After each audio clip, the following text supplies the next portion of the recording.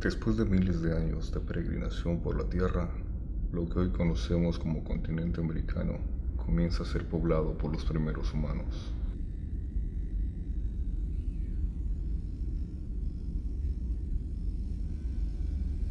Así, con el tiempo, se produce el surgimiento de grandes civilizaciones tanto en Mesoamérica como en Latinoamérica, como lo son los mayas.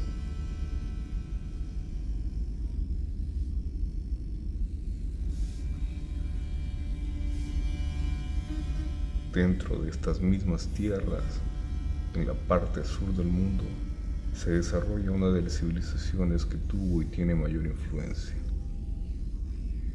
los incas, cuyo territorio conocido como Tahuantinsuyo se extiende desde lo que hoy conocemos como Colombia hasta las proximidades del norte de Chile.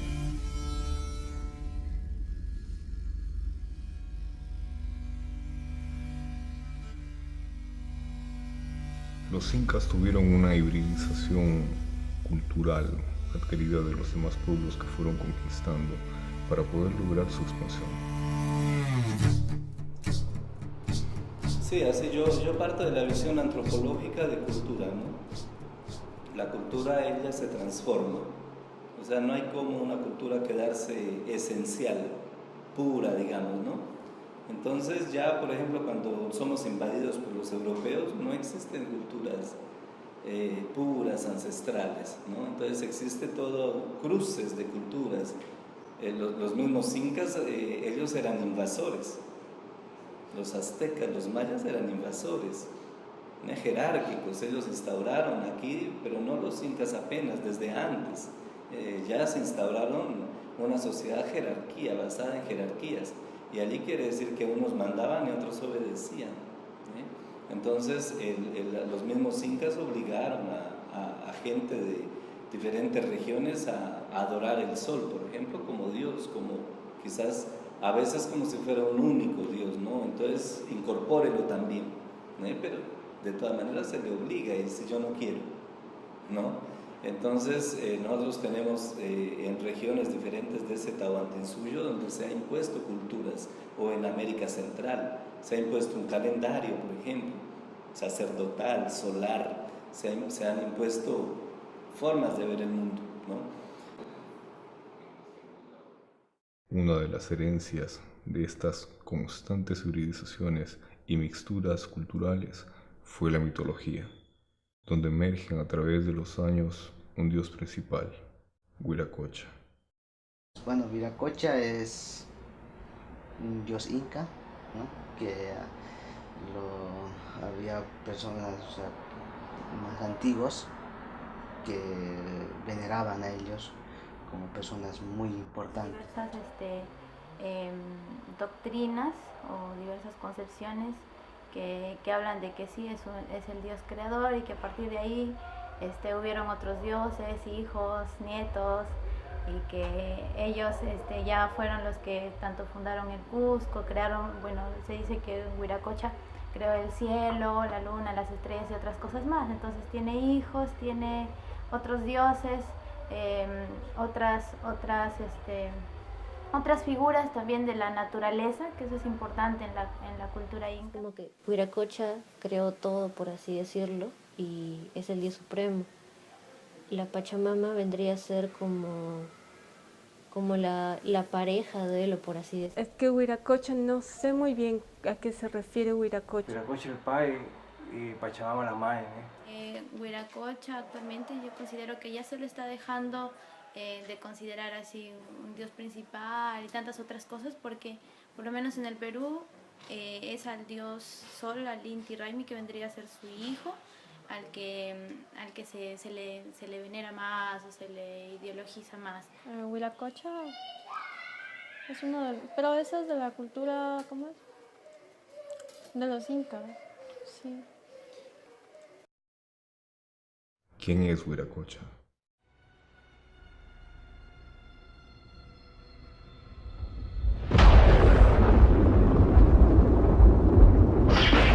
En la vida de Manco Cápac, que fue el primer inca de donde empezaron a jactarse y llamarse hijos del sol, y a tener principio la idolatría y adoración del sol, y que el Hacedor empezó a hacer las gentes y naciones que en estas tierras hay, y haciendo de barro cada nación, pintándole los trajes y vestidos que cada uno había de tener y traer, y que concluida cada nación dio la lengua que había de hablar, y los cantos que habían de cantar, y las simientes y comidas que habían de sembrar. Y acabado de pintar y hacer las dichas naciones y cultos de barro, dio ser y ánimo a cada uno por sí, así a los hombres como a las mujeres, y les mandó sumiesen bajo la tierra, cada nación por sí, y que de allí cada nación fuese a salir a las partes y lugares que él les mandase. Y así dicen que los unos salieron de cuevas, los otros de cerros, los otros de fuentes, y otros que lagunas, y otros de pies de árboles.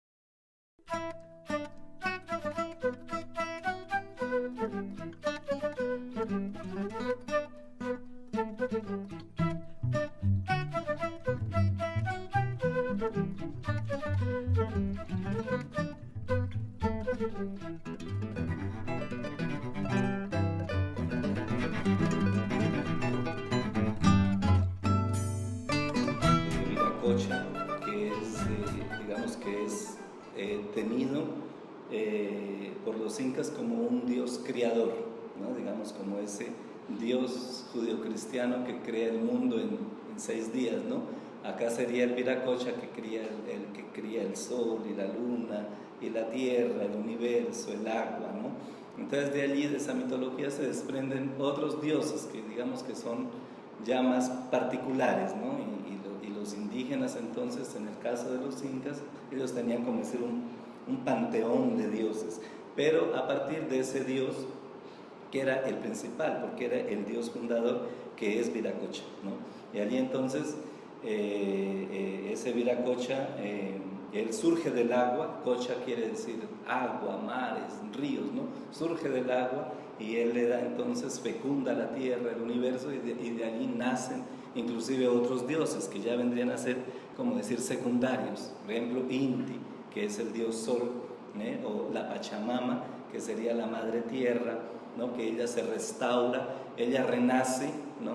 Y se coloca en vez del término naturaleza, que fue traído por los invasores conquistadores, un término naturaleza, ¿no? Se nos colocó desde el punto de vista también judío-cristiano, que el hombre era el amo y señor de la naturaleza y que él podía explotarla como bien quisiera. Claro, ese discurso sirvió para el capitalismo, que iba a explotar esa naturaleza, ¿no? Pero entre estos incas y entre otras comunidades de este Tahuantinsuyo, o llámese con otros nombres antes de la invasión, ellos entonces concebían esa naturaleza como si fuera la Pachamama, ¿no? Como si fuera la madre tierra que daba todo el sustento para todo mundo, y como ella es la que sustenta, ella es la que me sustenta, entonces yo estaba debajo de esa Pachamama, ¿no? Yo tenía que reverenciarla, ella era superior a mí, ¿no? Diferente de la concepción eurocéntrica de naturaleza que está por debajo de nosotros. Plantas y animales inferiorizados. Plantas y animales sirven apenas para comérnoslos, ¿no? Animales para sacrificarlos y comérnoslos. Eso no pasaría cuando nosotros tenemos otro concepto de naturaleza, que sería ese de la Pachamama, que como digo, se está haciendo una restauración de ella en países como Ecuador y Bolivia principalmente. En todos los pueblos originarios siempre se ha alabado y se ha venerado a la tierra porque es la que nos da vida. Ahora, la Pachamama es un dios tierra, que es en Aymara, el dios tierra, que los respetan porque gracias a eso, digamos, el hombre puede alimentarse. Pachamama es, como te digo, es la madre tierra. Prácticamente para la gente indígena es eso. Para mí la Pachamama significa la naturaleza, yo soy parte de la Pachamama. Yo no creo que el ser humano pueda aislarse de la Pachamama. La madre tierra, que en la época de los incas era lo que representaba la fertilidad, representaba quien daba la mayor producción, no sé, agrícola, quien mantenía a la comunidad. La palabra lo dice Pachamama, es que es mamá, o sea, es la madre tierra, no sé. Es femenina, porque la tierra maneja más la energía femenina. La energía femenina es pasiva y es receptiva. Entonces ella recibe y fecunda, como que genera vida, ¿no? Entonces fecunda.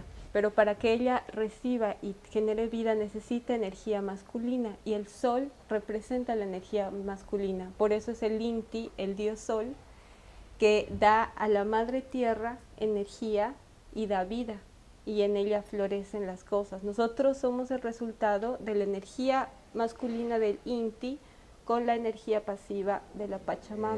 La cuestión de los aymaras, el rendimiento de la Pachamama sí aún se sigue viviendo ahora, aunque no siempre el 100% original, porque la globalización que digamos se conoce, ¿no? Y la juventud, los niños que van naciendo van perdiendo algunas costumbres.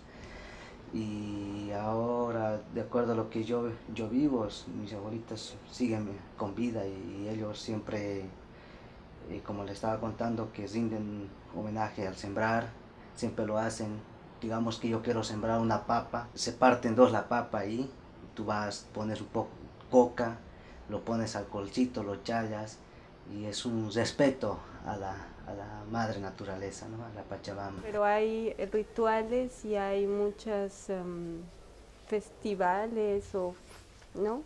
Fiestas con respecto a Huiracocha. También hay mucha cultura artesanal. Hubo una festividad, hubo una especie de ritual que se hace para alabar al dios, en este caso es para alabar a Huiracocha.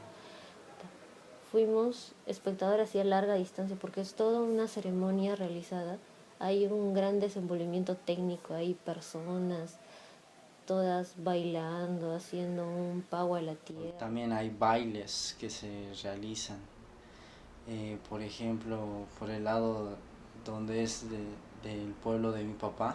Ellos hacían bailes, por ejemplo, con tambores, cada carnaval, tambores, zampoñas grandes y un sonido agudo parecido al de la trompeta, y se bailaba, siempre girando por el pueblo, en los sembradíos, agradeciendo de esa forma, porque el baile que se realizaba era en forma de agradecer a la Pachamama por la buena cosecha que se ha retirado. Y lo más interesante es que animales antes de morir disecados se ponen en la mesa, con el alcohol lo enciende un fuego, y también le ponen azúcar y cuestión con eso lo echan alcohol, y venerando, digamos, si yo estoy emprendiendo una empresa para que me vaya bien, para que tenga ganancias, se hace.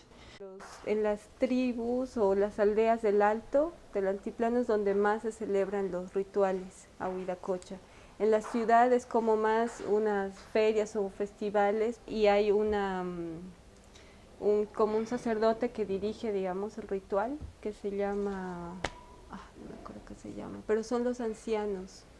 Hay ancianos en los Andes que son como sacerdotes, y ellos saben muy bien de los rituales y los cantos y todo eso. Por ejemplo, en cuanto a la Pachamama, hay el pago a la tierra. Por ejemplo, cuando hay una fiesta patronal o una fiesta costumbrista de una determinada comunidad, ellos, por ejemplo, para beber con alguna bebida típica de la zona, siempre hacen primero el pago a la tierra, es decir, arrojan primero un poco de lo que están tomando o comiendo a la tierra, porque es como que el pago para que después ellos tengan cosechas mejores o que su producción agrícola sea mucho mejor después. Y eso se ha venido dando de generación en generación.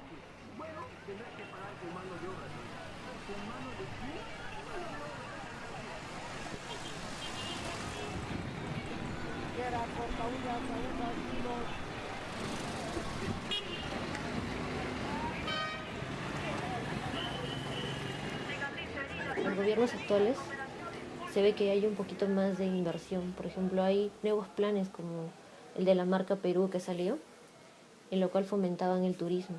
Pero en sí ya, con el paso de los tiempos ya se ha perdido.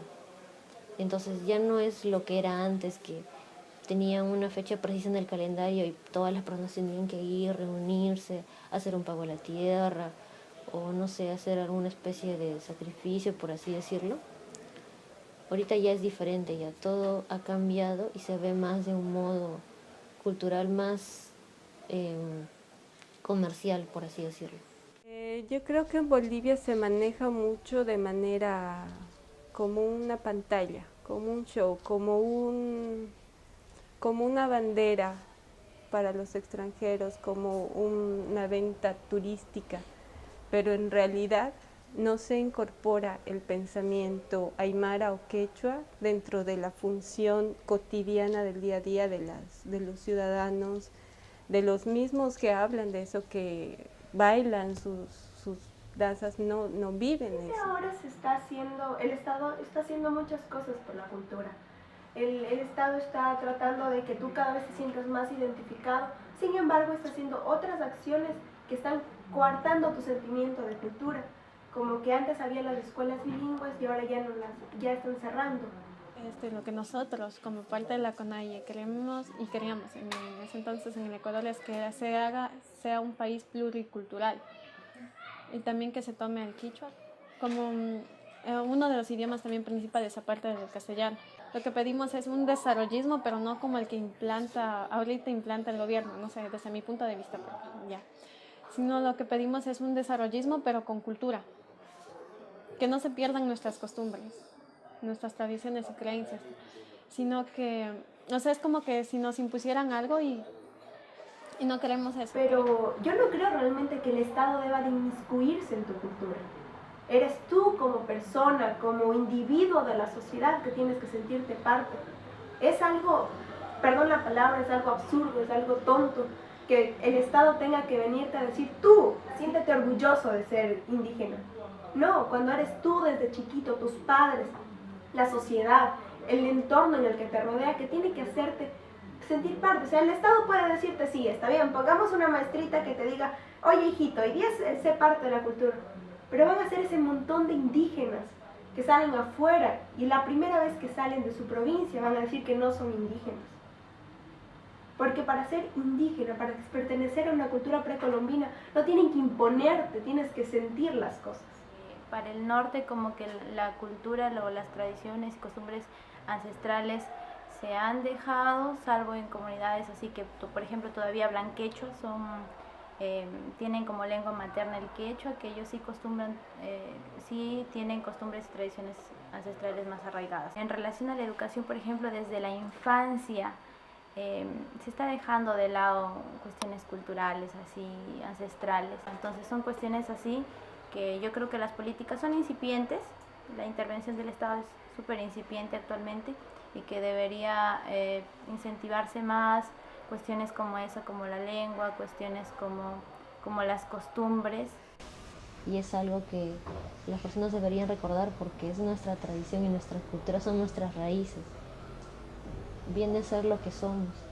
Entonces, para mí, yo sí me identifico mucho con mi cultura, porque soy peruana. Entonces yo creo que el rol, más que del Estado, sino del ser humano, es tratar de aprender de esas culturas, porque ellos tienen una sabiduría que nosotros hemos perdido.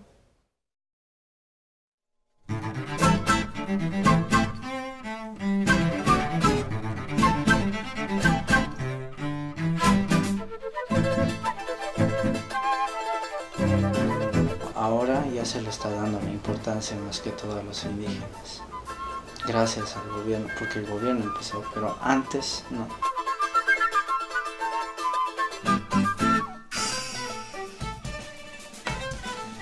Pero para ser indígena tú no necesitas de estar vestido, tú no necesitas tener un color de piel, no necesitas tener un color de ojos, necesitas sentirlo. Decir en cualquier parte que tú eres parte de la naturaleza, que eres parte de la cultura, que eres un indígena y que te sientes orgulloso de eso.